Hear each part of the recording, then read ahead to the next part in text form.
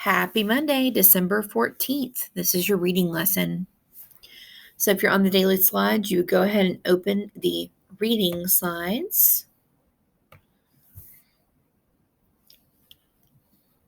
And of course, we still have that super fancy space background because we're still reading about a science fiction text called All Summer in a Day about life on Venus. Your learning target. I can determine the meaning of words or phrases as they are used in a text and explain how they shape meaning. One of the ways that authors use words and phrases to kind of help give you more meaning to what they're saying is through sensory details. So let's take a look here.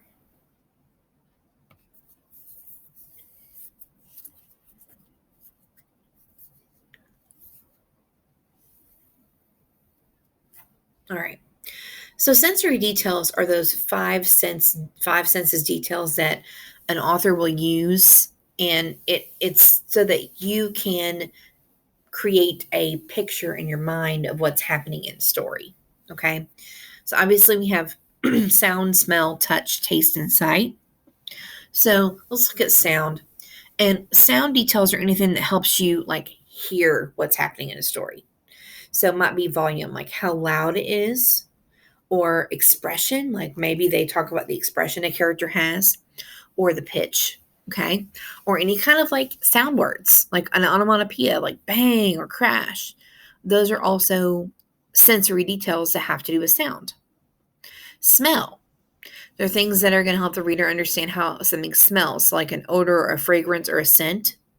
So if I was reading a story and it said, I walked in my grandmother's home and was overcome with the beautiful aroma of cinnamon cookies and coffee. That is an example of an author using sensory details for smell. Touch is something that's going to help you imagine how something feels. So they might tell you the temperature of it, how hot or cold it is. They might tell you the texture, which is how something feels. If they say it was smooth, smooth like silk. That's a touch detail for sensory. If they tell you the size of something, that's a touch sensory detail. Another thing that you might think about is maybe if a character describes how something feels against their skin, that's also touch. Taste details would be like if they described flavor of something. Now, as you notice, temperature is also in taste and touch. And here's why. If they're talking about how hot something is when you bite into it or when you drink it, that is a taste detail. Whereas if they're talking about a child put their hand on the cold snow, that's a touch detail. Finally, one that you're going to see probably the most of is sight. And this is one of the biggest ones that authors use to create an image in your mind. So they might tell you the size of something, or the shape of it, the color of it, or the direction it's going. Those are all details that help you create an image using a sight sensory detail. So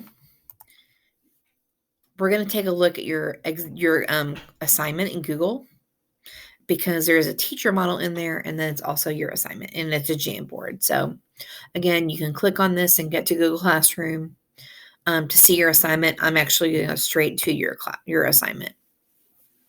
So what I've done is I've given you certain parts of All Summer in a Day.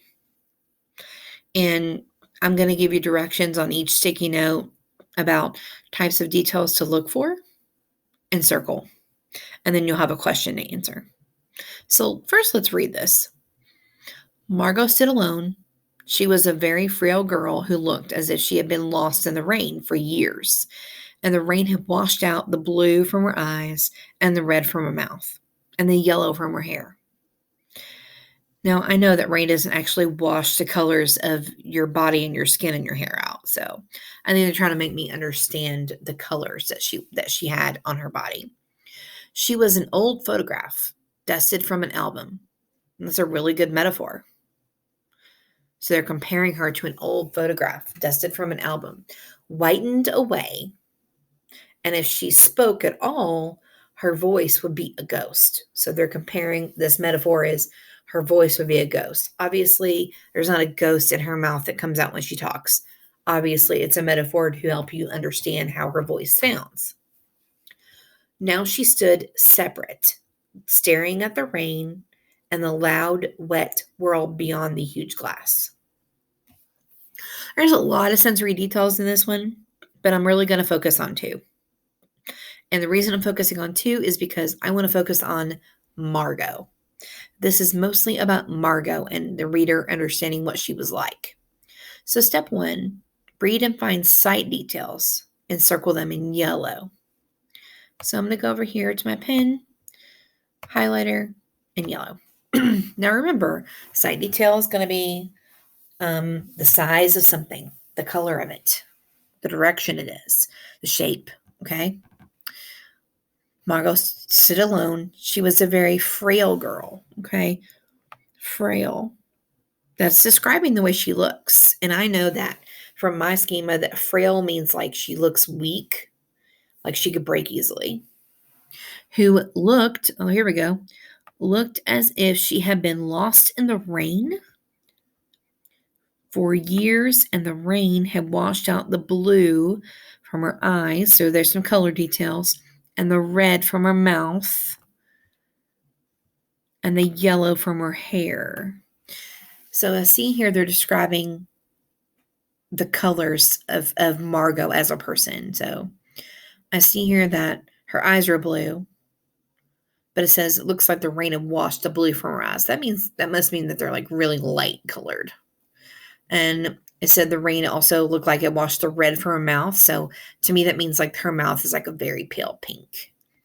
And the rain also washed out the yellow from her hair. So like I'm picturing her having like really light, almost white yellow hair. She was an old photograph dusted from an album, whitened away. So this right here kind of tells me that she's pale. And if she spoke at all, her voice would be a ghost. Now she stood separate, okay? She's standing separate. That means she's not standing with the other kids. That's a sight detail. Staring at the rain and the loud, wet world beyond the huge glass. Okay. Lots of sight details about Margot. I'm really getting a picture of what she looks like. Now, step 2 says, read again and find sound details and circle them in green.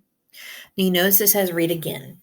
The reason is because the first time I read it, I was looking only for sight details, not sound. Okay? So this is called close reading. Close reading is when you read for different things different times. Okay? So we're going to change our color here to green. So I'm going to read again, and I'm looking for sound about Margot, not about the rain, about Margot. Margot stood alone. She was very frail, looked as if she'd been lost in the rain for years. The rain washed the blue from her eyes and the red from her mouth and the yellow from her hair. So no sound yet. She was an old photograph dusted from an album, whitened away, still no sound. And if she spoke, oh, here we go. Speaking is sound. So if she spoke at all, her voice would be a ghost. Now she stood separate, staring at the rain and the loud, wet world beyond the huge glass. Now, loud, wet world is definitely a sound detail. The loud part is, but I'm looking specifically for things about Margot. So the only sound detail I see is that if she spoke at all, her voice would be a ghost. Well, to me, that means she was very, very quiet. Okay? If I say that they sound like a ghost, that means they sound super quiet. So, question 3. This is the third step. Step 3, and this is the question.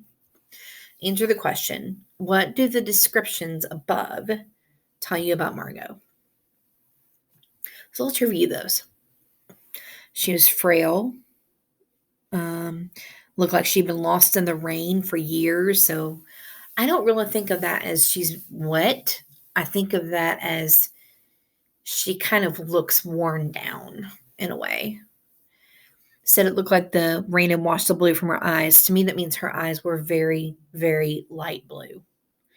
And the red of her mouth looked like it had been washed away. So it's a very pale mouth. And the yellow of her hair had been washed away. So very light yellow hair.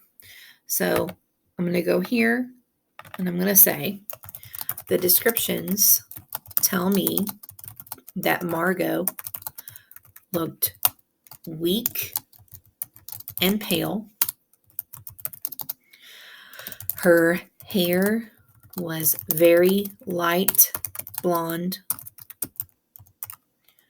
Her eyes were light blue, and her mouth was a pale pink color. See, whitened away. And that kind of goes with my thing about her being pale. So I don't have to say anything about that. Says now she stood separate. So I'm going to say she did not stand with the other kids. Now let's talk about those sound details. It says if she spoke at all. Okay, that tells me she didn't talk a lot. Her voice would be a ghost. So that to me means she's super, super quiet and she whispers. So let's say she did not talk much. And if she did, it was a whisper. So that's an example of the learning target here. So determine the meaning of words and phrases that are used in text and explain how they shape meaning. So I took those sensory details and I explained what they told me about Margot in my own words. Okay? So that's what you're doing. So this is where your assignment starts. So step 1, you're going to read this. And you're going to look for sight details and circle them in yellow. Step 2, find touch details this time and circle them in blue. So again, you're going to read it twice. Once for sight, and you're going to read it again for touch. And then step 3, you're going to answer that question. You have another one to do. Again, you're looking for sight details in yellow. And then here, you're answering this question based on the details. Okay? So that is your assignment for today. And I hope that helps.